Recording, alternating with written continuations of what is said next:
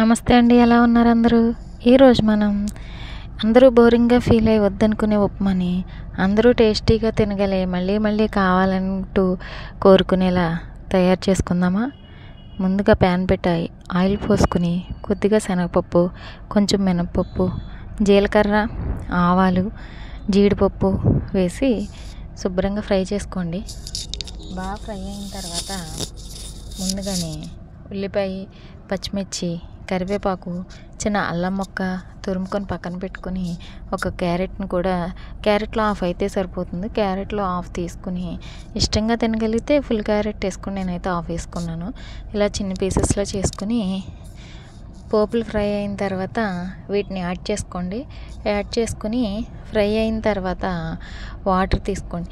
మీరు ఎంత క్వాంటిటీలో చేసుకుంటున్నారో దానికి 3.5 రెట్లు వాటర్ ఎక్స్ట్రా తీసుకున్నారంటే మీకు కరెక్ట్గా సరిపోతుంది.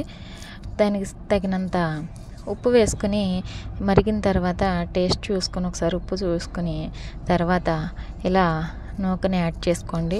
చూడండి, ఇలా మనకు కొంచెం పలుచగానే ఉండాలి, ఈ కన్సిస్టెన్సీలో ఉండాలి. తర్వాత జస్ట్ మూత పెట్టేసి సిమ్లో పెట్టి ఒక 2 నిమిషాలు ఉంచినట్లయితే చూడండి ఇలా వచ్చేస్తుంది. తర్వాత చల్లారిన తర్వాత ఇలా అయిపోతుంది. దాన్ని మనం ఇలా వేరే బౌల్లోకి తీసుకుని ఇలా ప్లేట్లోకి ట్రాన్స్ఫర్ చేసుకుంటే ఉప్మా రెడీ.